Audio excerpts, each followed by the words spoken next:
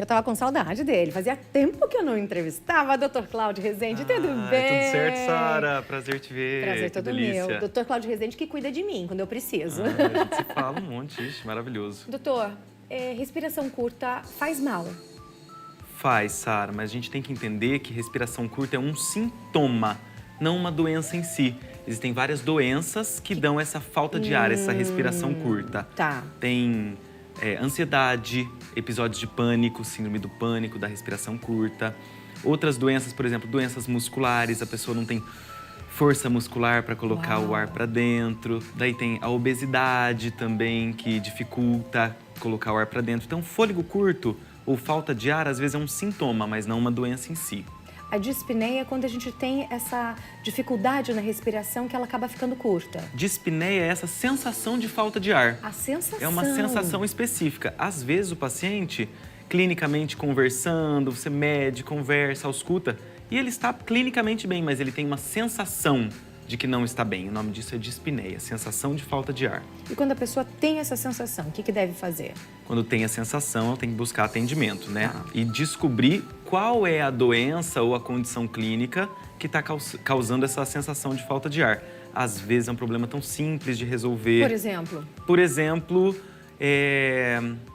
comeu demais e está com a barriga distendida, não está fazendo a digestão direito, ou então não tem um preparo físico bom, precisa começar a fazer atividade física para ter um preparo cardiovascular melhor, para não sentir falta de ar durante a atividade física, por exemplo. A idade avançada também pode gerar isso? Sim, por dois aspectos principais, né? Primeiro, o envelhecimento do próprio organismo, o envelhecimento do coração, do pulmão, que fica mais, como é que a gente fala, durinho, mais duro, mais difícil de respirar conforme vai passando a idade, né? Do mesmo jeito que a gente perde colágeno no rosto, aparece ruguinha, fica mais flácido, o pulmão também, né? Perde colágeno, cabe menos volume pulmonar.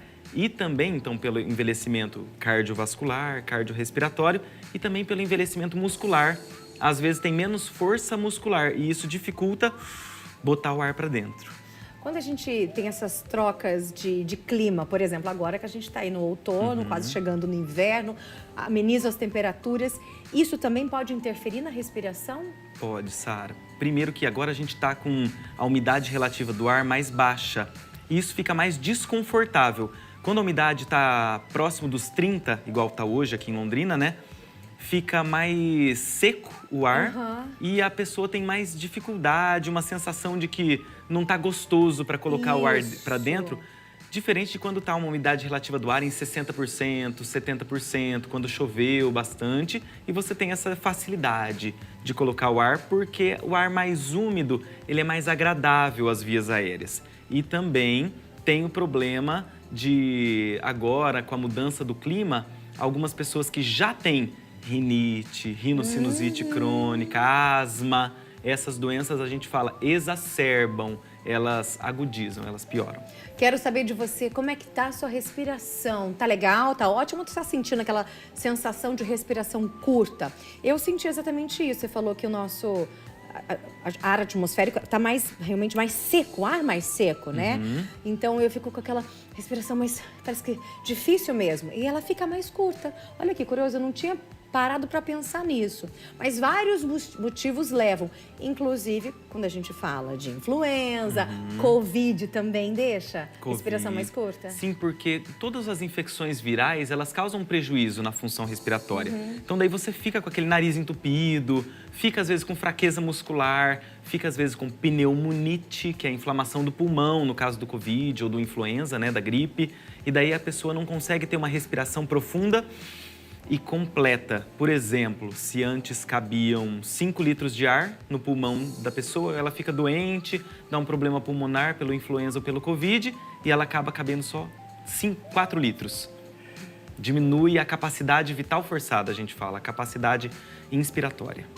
E essa dificuldade em respirar, né? Isso pode trazer malefícios para o nosso organismo? Sim, existe um exemplo. Tem gente que tem apneia do sono, síndrome da apneia obstrutiva do sono. Deita à noite e a respiração fica incompleta. Às vezes porque o queixo cai por sobre a garganta, uma obstrução física aqui, às vezes um problema cerebral mesmo, um problema central, e a pessoa não faz inspirações completas durante o sono.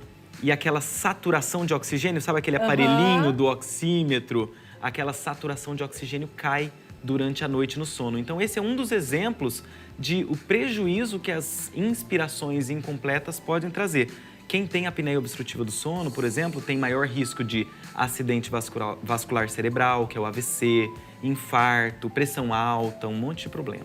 Bom, a gente recebeu uma mensagem de um telespectador perguntando se o umidificador de ar ajuda nessa época do ano em que o tempo está muito seco. Ajuda e ajuda muito. É prescrição médica, prescrição fisioterápica.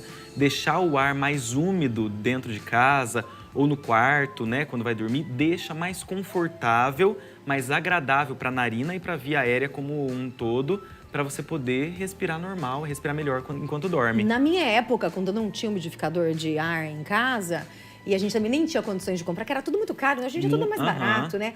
Meu pai, eu lembro que ele colocava, época muito seca, ele colocava, molhava as toalhas, colocava nas janelas e sempre um balde ali para ficar umedecendo, né? Pegando na toalha para sempre umidificar. Essa é a dica. Aqui em Londrina, quem não tem umidificador, pode molhar um pano. Pode mesmo. Deixa encharcado em cima de uma cadeira, por exemplo. Isso. Deixa encharcado na cabeceira da cama. Cuidado depois para não ficar molhado, cuidado com mofo, né? Tá. Ou deixa na janela aberta nos dias de calor. Isso. Você vai ver, assim, que de manhã tá, o pano que você deixou, a toalha, tá seca. E aquela umidade foi toda para o ar e te ajudou a respirar à noite. Olha só, gente, isso é muito importante. É uma prática simples, todo mundo consegue fazer, não precisa gastar nada e faz a diferença. 43 999 520380, manda sua mensagem para cá, diga como é que você cuida em relação dessa respiração curta. Como é que você sente que está a sua respiração nos dias de hoje? Uma mensagem de telespectador ali. Boa tarde, Sarinha, sua linda, uma abençoada semana para você e sua equipe. A minha respiração é curtíssima. Às vezes, até para bocejar, eu tenho dificuldade. Menina do céu! Nossa, doutor. E ela tem que ser avaliada, tem que ir para o profissional. Existem algumas doenças, Sara, que elas são limitadoras da respiração. Elas causam problemas pulmonares, em que a pessoa, se era para respirar fundo e entrar 5 litros de ar, por exemplo, entra já menos, entra 4, 3 litros. Então, existem exames específicos para você saber o tanto de ar que entra no seu pulmão na hora que você respira. Tem algumas doenças que têm dificuldade de soltar o ar. Então, a pessoa fica com o ar preso dentro do tórax, não consegue soltar o ar. Na asma, na bronquite, no enfisema, é assim que acontece. Então, existem exames para saber se o ar que entra no seu pulmão está passando certinho para a corrente sanguínea ou se ele fica ali só no seu pulmão e é devolvido para o ar ambiente sem aproveitamento. Então, tem que investigar. Tem fôlego curto? Tem falta de ar? Tem que ver. Quem fuma? Esse é outro problema grave, Ai, Sara. ai, ai. Ó, quem fuma. O tabagismo é uma doença, né?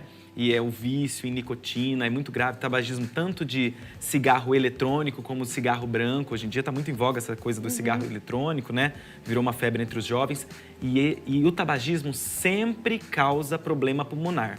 Ou problema nas vias aéreas, nos brônquios, nos bronquíolos, na traqueia, os canudinhos por onde corre o ar dentro do pulmão, ou no próprio pulmão em si. Daí, às vezes, a pessoa tem pneumonite por causa de tabagismo eletrônico, de cigarro eletrônico. Ou então, tem bronquite por causa de tabagismo de cigarro branco.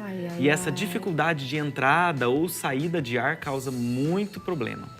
E, gente, aquilo que a gente falou, temos que cuidar, principalmente os mais idosos, como o doutor já falou aqui, vai dificultar ainda mais. Né? Então, tem que fazer exercícios, né? O fisioterapeuta pode ajudar? Sim, existem exercícios específicos de fisioterapia respiratória e fisioterapia cardiopulmonar ou de reabilitação cardiopulmonar que vão fazer o paciente ter mais consciência respiratória, botar o ar para dentro, botar o ar para fora e ter mais força também na musculatura torácica, nos músculos intercostais, nos músculos do dorso do tórax, músculo do abdômen, a gente usa abdômen para respirar, diafragma.